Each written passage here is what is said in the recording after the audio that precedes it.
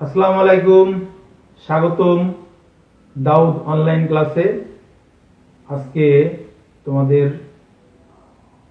পঞ্চম শ্রেণীর প্রাথমিক বিজ্ঞান বিষয়টা নিয়ে আলোচনা করব। এই বিষয়ের গত ক্লাসে দশম অধ্যায়ে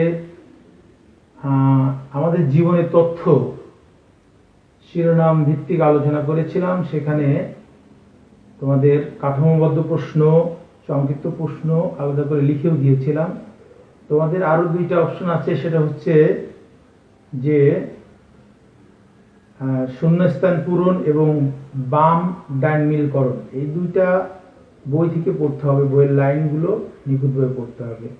আসো তাহলে মূল পাঠে চলে আসি। আজকের অধ্যায় হচ্ছে যে অধ্যায় 11, বিষয় আবহাওয়া ও জলবায়ু। আবহাওয়া জলবায়ু কি এটা বোঝার আগে কিছু উপাদান বা বিষয় সম্পর্কে বুঝতে হবে। সেটা হচ্ছে যে তাপমাত্রা, বায়ু প্রবাহ, আর্দ্রতা, মেঘ, বৃষ্টিপাত, বায়ুচাপ। তাপমাত্রা বলতে বুঝি যে তাপমাত্রা একটা অনুভবের বিষয়। এটা বাড়লে গরম লাগে, কমলে ঠান্ডা লাগে। বায়ু প্রবাহ, ঝড় বয়ে যায় বা বাতাস বয়ে যায়, বায়ুর যে চলমান অবস্থা, এটা হচ্ছে বায়ু প্রবাহ। আর্দ্রতা হচ্ছে যে বাতাসে জলীয় বাষ্পের পরিমাণ, অর্থাৎ জলীয় বাষ্প বাড়লে আর্দ্রতা বাড়ে, জলীয় বাষ্প কমলে আর্দ্রতা কমে। মেঘ, তোমরা সে জানো যে আকাশে মেঘ করলে মেঘের পরবর্তী অবস্থায় বৃষ্টি, অর্থাৎ বৃষ্টিপাতের আগে মেঘ হয়। বৃষ্টিপাত সেটা হচ্ছে যে মেঘের পরে বৃষ্টি হয়। বৃষ্টি সবাই জানো বৃষ্টিপাত সম্পর্কে। তারপর বায়ুচাপ, বায়ুর যে ওজন আছে সেটা পৃথিবীর উপর, ভূপৃষ্ঠের উপর যে চাপ সৃষ্টি করে সেটা হচ্ছে বায়ুচাপ। এই বিষয়গুলো, এই উপাদানগুলো আবহাওয়া এবং জলবায়ুর সাথে সম্পৃক্ত। আবহাওয়া এবং জলবায়ু উভয়ের সাথে। আবহাওয়া হলো কোন নির্দিষ্ট সময়ে কোন নির্দিষ্ট স্থানে আকাশ ও বায়ুমণ্ডলের সাময়িক অবস্থা। একটা নির্দিষ্ট সময় এবং একটা নির্দিষ্ট স্থানের সাময়িক আকাশ ও বায়ুমণ্ডলের অবস্থা হচ্ছে আবহাওয়া। এটা যেমন উদাহরণ সহকারে বলতে পারি যে যশোর জেলায় আজকে তাপমাত্রা বেড়ে গেছে, বা খুলনা জেলায় বৃষ্টিপাত হওয়ার সম্ভাবনা আছে।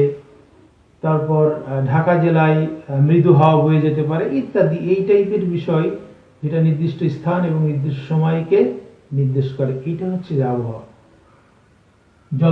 জলবায়ু হলো কোনো স্থানের বহু বছরের আবহাওয়ার গড় অবস্থা। যেমন বলতে পারি আমাদের উপমহাদেশে সাধারণত একটা নির্দিষ্ট সময়ে শীত পড়ে, নির্দিষ্ট সময়ে বৃষ্টিপাত হয়, একটা নির্দিষ্ট সময়ে খুব গরম পড়ে, এই সমস্ত বিষয়। উদাহরণ হিসেবে বলতে পারি বাংলাদেশের ষড়ঋতুর দেশ বাংলাদেশে গ্রীষ্মকালে অর্থাৎ বৈশাখ জ্যৈষ্ঠ মাসে খুব গরম পড়ে, আবার বর্ষাকালে অর্থাৎ আষাঢ় শ্রাবণ মাসে খুব বৃষ্টিপাত হয়, শীতকালে খুব শীত পড়ে। এই এই এই বিষয়গুলো হচ্ছে যে জলবায়ু। আবহাওয়া জলবায়ুর মধ্যে সম্পর্ক বা মিল। আবহাওয়া জলবায়ুর মধ্যে সম্পর্ক বা মিল, এই বিষয়টি আলোচনা করব। পরবর্তীতে আবহাওয়া জলবায়ুর মধ্যে পার্থক্য, সেটাও নিয়ে আলোচনা করব। তাহলে আবহাওয়া জলবায়ুর মধ্যে সম্পর্কটা কি সেটা আমরা একটু বলি। আবহাওয়া জলবায়ু একই উপাদান দ্বারা প্রভাবিত হয়। উপাদানগুলো হলো তাপমাত্রা, বায়ু প্রবাহ, আর্দ্রতা, মেঘ, বৃষ্টিপাত ও বায়ুচাপ। এই উপাদানগুলো আবহাওয়ার ক্ষেত্রে যেমন প্রযোজ্য, জলবায়ুর ক্ষেত্রে প্রযোজ্য। একটা আবহাওয়া হচ্ছে সাময়িক সময় নির্দিষ্ট স্থানের কেন্দ্র করে প্রভাবিত হয়। অন্যটা হচ্ছে জলবায়ুটা হচ্ছে যে অনেক দিন, অর্থাৎ 20-30 বছরের গড় আবহাওয়া নিয়ে, এই উপাদানগুলো নিয়ে এর সাথে আবহাওয়া জলবায়ুর মধ্যে পার্থক্য বা অমিল। তোমাদের এর আগে প্রাথমিক শিক্ষা সমাপনী পরীক্ষাতে বিভিন্ন সময় দেখলাম একটি পার্থক্য বা দুইটি পার্থক্য পড়েছে। এখানে আমি 3টি পার্থক্য নিয়ে আলোচনা করছি। সেটা হচ্ছে যে প্রথমত হচ্ছে আবহাওয়া হলো কোনো নির্দিষ্ট সময়ে কোনো নির্দিষ্ট স্থানের আকাশ ও বায়ুমণ্ডলের সাময়িক অবস্থা, এটা সংজ্ঞা আর কি। ঠিক একই 1 নম্বর পার্থক্য হচ্ছে জলবায়ু হলো কোনো স্থানের বহু বছরের আবহাওয়ার গড় অবস্থা। তারপরে 2 নম্বর হচ্ছে যে আবহাওয়া একটি ক্ষুদ্র অঞ্চলের আকাশ ও বায়ুমণ্ডলের ক্ষণস্থায়ী অবস্থা। পার্থক্যটা হচ্ছে এখানে পার্থক্যটা মূল হচ্ছে যে একটা অঞ্চল, ক্ষুদ্র অঞ্চল নিয়ে আলোচনা করে, আর একটা হচ্ছে যে বৃহৎ অঞ্চল নিয়ে নির্দেশনা প্রদান করে। আর বৃহৎ অঞ্চল অর্থাৎ বলতে গেলে যে আমি আগেই বললাম যে যশোর জেলা বা একটা নির্দিষ্ট জেলা বা একটা নির্দিষ্ট দেশ, ছোট দেশ হতে পারে, শহর হতে পারে। আর বৃহৎ অঞ্চল হচ্ছে যেমন জলবায়ু, ভারতীয় উপমহাদেশের জলবায়ু অর্থাৎ পুরা এই ভারতীয় উপমহাদেশ অর্থাৎ বাংলাদেশ, ইন্ডিয়া, পাকিস্তান, নেপাল, ভুটান ইত্যাদি এই ভারতীয় উপমহাদেশ যারা আছে সেইগুলো জলবায়ু এক হয় আর কি। তাহলে নির্দিষ্ট জায়গা, নির্দিষ্ট থাকে না, বৃহৎ জায়গা নিয়ে চলে যায়। আর দীর্ঘ সময়, এটা বলছি যে মূল পার্থক্যটা হচ্ছে দীর্ঘ সময়, কারণ দীর্ঘ সময়টা হচ্ছে যে এটা হচ্ছে আবহাওয়াটা হচ্ছে যে অল্প সময়ের মধ্যে এই যে আকাশ এবং বায়ুমণ্ডলের অবস্থাকে ব্যাখ্যা দেয়। আর জলবায়ু হচ্ছে যে দীর্ঘ সময় বলতে অর্থাৎ 20, 30, 40 বছরের আবহাওয়া। 3 নম্বর পার্থক্য হচ্ছে যে আবহাওয়া অল্প সময়ের মধ্যে পরিবর্তিত হয়, আর জলবায়ু পরিবর্তনের হতে বহু বছর সময় লেগে যায়। অর্থাৎ আবহাওয়া পরিবর্তন সহজে হয়ে যায়, আজকে বৃষ্টিপাত হতে পারে, কালকে বৃষ্টিপাত না হতে পারে, অথবা এই 1 ঘন্টা পরে বৃষ্টিপাত হতে পারে, 1 ঘন্টা পরে না হতে পারে। এই যে সময়ের একটা পরিবর্তন ঘটে। আর জলবায়ু হচ্ছে দীর্ঘ সময়, অর্থাৎ বহু কাল, বহু বছর ধরে একটা নির্দিষ্ট সময় ধরা যায় যে মনে করে যে ডিসেম্বর আমাদের শীত হয়, বা 100 বা 200 বা অনেক সময় পরে দেখা গেল যে শীতটা ডিসেম্বর না, শীতটা জানুয়ারি বা ফেব্রুয়ারি মাসে পড়ছে। এই যে দীর্ঘ সময়ের ব্যবধানে এটা জলবায়ুটা পরিবর্তন হতে পারে। তো শিক্ষার্থীরা, তোমাদের সাথে আবহাওয়া জলবায়ু এই চ্যাপ্টারের কিছু অংশ নিয়ে আলোচনা করেছি। তোমরা নিশ্চয়ই আলোচনা শুনলে। আমি একটা পেজ তোমাদের এই আলোচনার সাথে অ্যাড করে দেবো, যে আলোচনাটা করেছি তার সংক্ষেপ, সেটা তোমরা বাসায় দেখো। আর ভালো থেকো, ধন্যবাদ।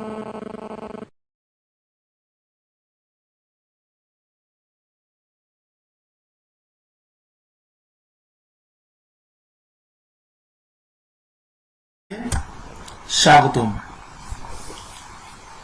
আজকের ক্লাসের বিষয়বস্তু হচ্ছে আমরা পরিচিতি দেখি। 5ম শ্রেণী, বিষয় প্রাথমিক বিজ্ঞান, অধ্যায় 11, আবহাওয়া জলবায়ু, পাঠ শিরোনাম বৃষ্টিপাত। আজকে বৃষ্টিপাত নিয়ে তোমাদের সাথে আলোচনা করব। আমি মোহাম্মদ আব্দুল সালাম।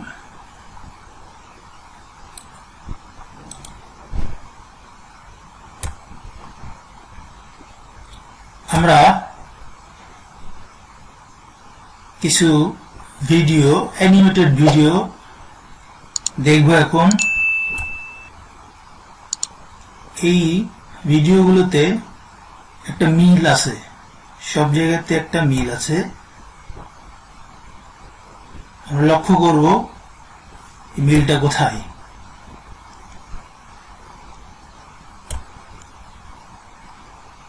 ছবিতে কি দেখছো?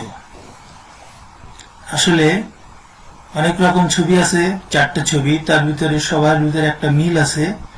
সেখানে কিছু প্রত্যেক জায়গাতে বৃষ্টি হচ্ছে।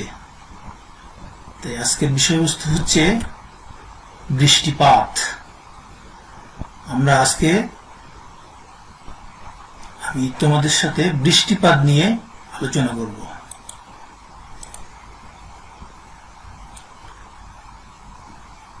পরে আমরা ফিরে যাই পরের পেজে। আসলে এই বৃষ্টিপাত নিয়ে একটা কাঠামোগত প্রশ্ন দাঁড় করিয়েছি এবং সেই প্রশ্নের আলোকে আজকে আলোচনা করব। প্রশ্নটা হচ্ছে, বায়ুচাপ কি? বাংলাদেশে বর্ষাকালে অধিক বৃষ্টিপাতের কারণ 4টি বাক্যে লিখো। তোমরা দেখছো নিশ্চয়ই বায়ুচাপ কি। এই প্রশ্নটুকের আনসার ভালো উত্তর দিতে পারলে 2 এবং বর্ষাকালে অধিক বৃষ্টিপাতের কারণ 4টি বাক্যে লিখতে পারলে 4। মোট 6 মার্কের প্রশ্ন। আসো আমরা উত্তরে চলে যাই। বায়ুচাপ কি এটা নিয়ে তোমাদের বইতে সুন্দরভাবে সংজ্ঞায়িত করা আছে। আমি পড়ছি। বায়ু তার ওজনের কারণে ভূপৃষ্ঠের উপর থেকে যে চাপ প্রয়োগ করে তাই বায়ুচাপ। বায়ু উচ্চচাপ অঞ্চল থেকে নিম্নচাপ অঞ্চলে প্রবাহিত হয়। আমি আবার পড়ছি। বায়ু তার ওজনের কারণে ভূপৃষ্ঠের উপরে যে চাপ প্রয়োগ করে তাই বায়ুচাপ। বায়ু উচ্চচাপ অঞ্চল থেকে নিম্নচাপ অঞ্চলে প্রবাহিত হয়। এরপর তোমাদের পাঠ্য বইয়ে একটা ছবি পিকচার আছে, সেটা আমরা দেখব। আসলে সেই চিত্রের মাধ্যমে কিছুটা ধারণা, আমাদের বায়ুচাপ সম্পর্কে কিছুটা ধারণা চলে আসবে। এখানে দেখতে পাচ্ছ যে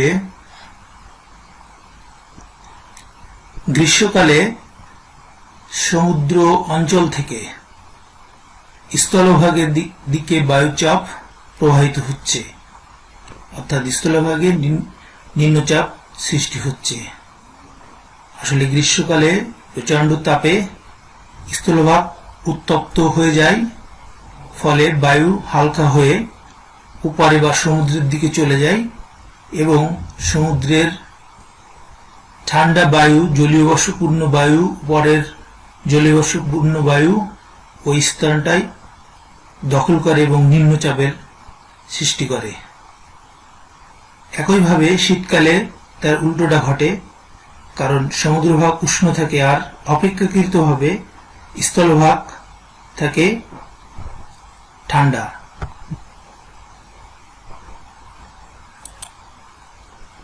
তাহলে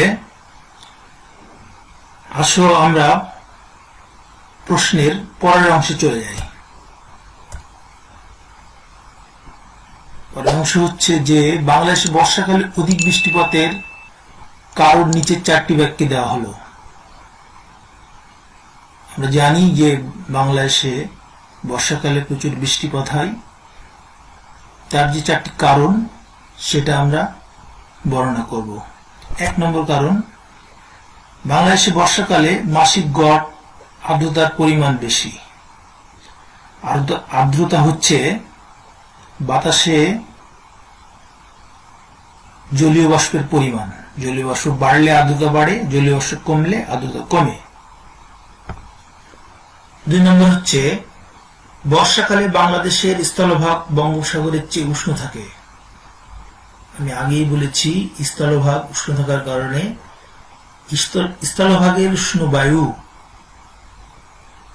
উপরে উঠে যায়, জায়গাটা শূন্য করে দিয়ে যায় এবং শূন্য স্থান পূরণ করে বঙ্গোপসাগরের শীতল বায়ু, অর্থাৎ জলীয় বাষ্পপূর্ণ বায়ু। পরেরটা, বর্ষাকালে দক্ষিণ পশ্চিম মৌসুমী বায়ু বঙ্গোপসাগর থেকে প্রচুর জলীয় বাষ্প নিয়ে আসে। বর্ষাকালে দক্ষিণ পশ্চিম মৌসুমী বায়ু বঙ্গোপসাগর থেকে প্রচুর জলীয় বাষ্প নিয়ে আসে। মৌসুমী বায়ু সৃষ্টি হয় আর সেই মৌসুমী বায়ু বঙ্গোপসাগর থেকে জলীয় বাষ্প নিয়ে স্থলভাগের দিকে আসে এবং বৃষ্টিপাত ঘটায়, নিম্নচাপ ঘটায়। এই জলীয় বাষ্প ঠান্ডায় বৃষ্টিপাত ঘটায়। মোটামুটি এই 4টি কারণ তোমাদের বইয়ে, প্রাথমিক বিজ্ঞান বইয়ে আবহাওয়া এবং জলবায়ু চ্যাপ্টারের ভিতরে আছে, শুধুমাত্র একটু সাজিয়ে নিয়েছি। যদি এই প্রশ্নটা কোনোভাবেই তোমাদের কোনো পরীক্ষায় পড়ে, তাহলে তোমরা আনসারটা এইভাবে করলে আশা করি পুরোপুরি নাম্বার পাওয়া যাবে।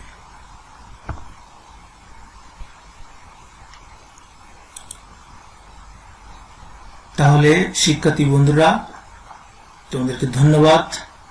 আবার দেখা হবে পরবর্তী ক্লাসে। খোদা হাফেজ।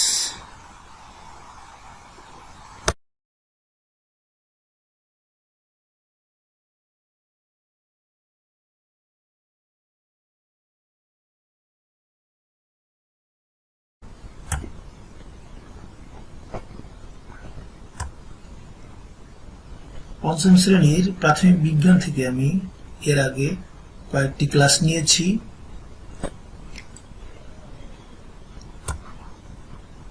লক্ষ্য করো, পরিচিত পর্বে আছে পঞ্চম শ্রেণী, বিষয় প্রাথমিক বিজ্ঞান, অধ্যায় 11, আবহাওয়া ও জলবায়ু। আর এই ক্লাসটা নেওয়ার জন্য তোমাদের সাথে আছি আমি মোহাম্মদ আব্দুল সালাম। আবহাওয়া জলবায়ুর উপর আমি এর আগেও 2টি ক্লাস নিয়েছি। আজকে 3 নম্বর ক্লাসটি নিব। এরই মাধ্যমে 11তম অধ্যায়ের ক্লাসগুলো শেষ হয়ে যাবে।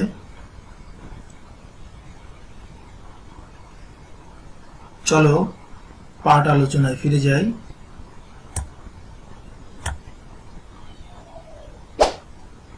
কিছু ছবি দেখছো,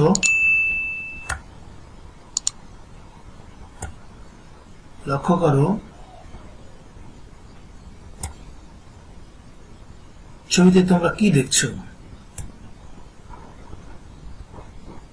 এটা হচ্ছে যে ঘূর্ণিঝড় বা সাইক্লোনের ছবি। তাহলে আজকের আলোচনার বিষয় হচ্ছে ঘূর্ণিঝড় বা সাইক্লোন।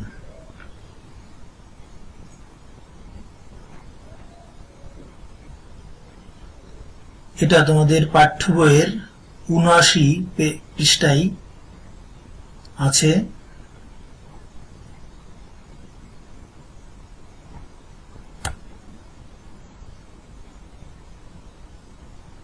এই পাঠের শিক্ষণ ফল, এই পাঠ শেষে শিক্ষার্থীরা যা যা শিখবে, ঘূর্ণিঝড় বা সাইক্লোন কি তা জানতে পারবে, ঘূর্ণিঝড় বা সাইক্লোন কি কারণে হয় তা জানতে পারবে, ঘূর্ণিঝড় বা সাইক্লোনের ফলে কি ঘটে তা জানতে পারবে।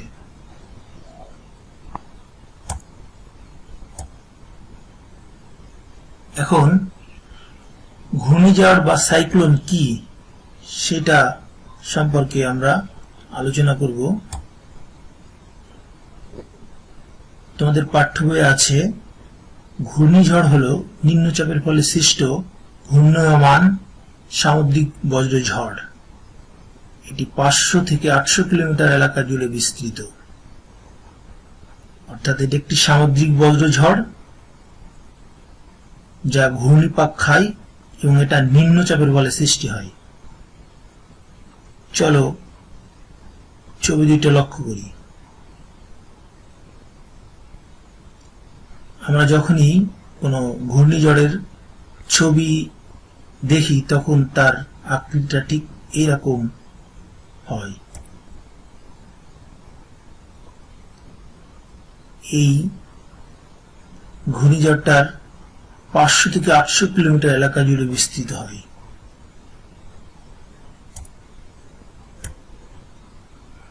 ঘূর্ণিঝড় বা সাইক্লোনের কারণ, কি কারণে ঘূর্ণিঝড় বা সাইক্লোন হয় সেটা নিয়ে আমরা এখন কিছু আলোচনা করব। অত্যাধিক গরমের ফলে সমুদ্রের পানি ব্যাপক হারে বাষ্পে পরিণত হয়। এর ফলে ওই সকল স্থানে সৃষ্ট নিম্নচাপ থেকেই তৈরি হয় ঘূর্ণিঝড়। গরমের ফলে সমুদ্রের পানি বাষ্পে পরিণত হয়, এবং হালকা হয়ে উপরের দিকে উঠে যায়, পরবর্তীতে উপরের ঠান্ডা বাতাসের সংস্পর্শে এসে তা নিচে নেমে আসে প্রবল বেগে এবং ওই সমস্ত অঞ্চলে ঘূর্ণিঝড়ের সৃষ্টি করে।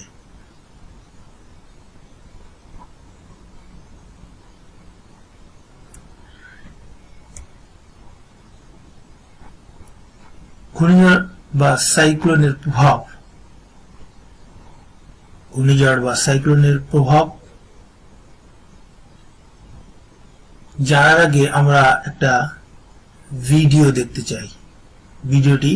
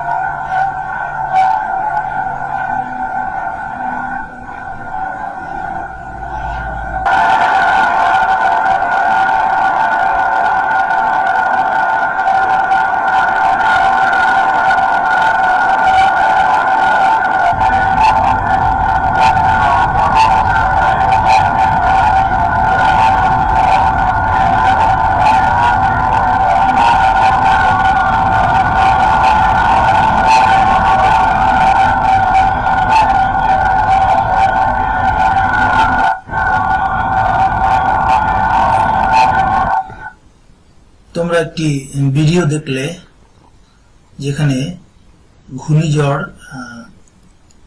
উপকূলে আছড়ে পড়ল এবং বিভিন্ন ধ্বংসলীলা চালাইল।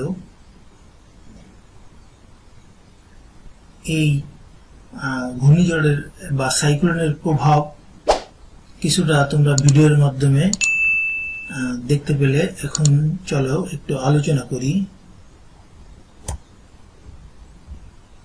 ঘূর্ণিঝড়ের সময় দমকা হাওয়া বইতে থাকে ও মুষলধারে বৃষ্টি হতে থাকে।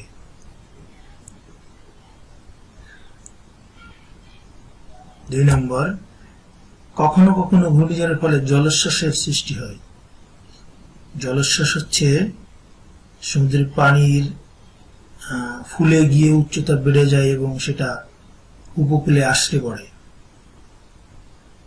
যার ফলে অনেক ক্ষয়ক্ষতি হয়।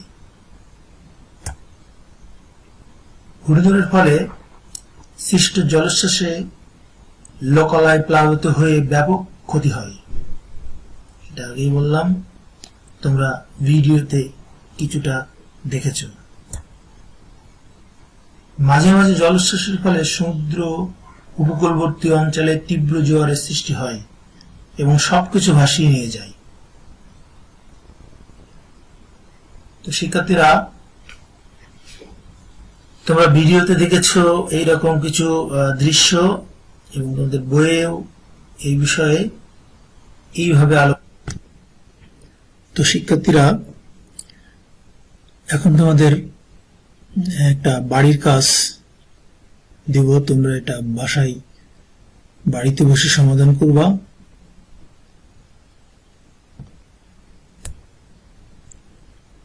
সেটা হচ্ছে যে ঘূর্ণিঝড় কি, ঘূর্ণিঝড়ের বিভিন্ন ক্ষতিকর প্রভাব 4টি বাক্যে লিখো।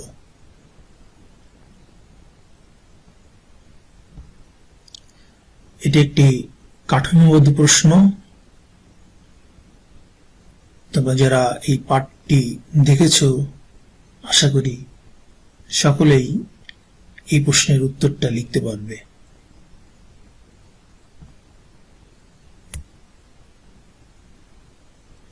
তো সবাইকে ধন্যবাদ। আজকের মতো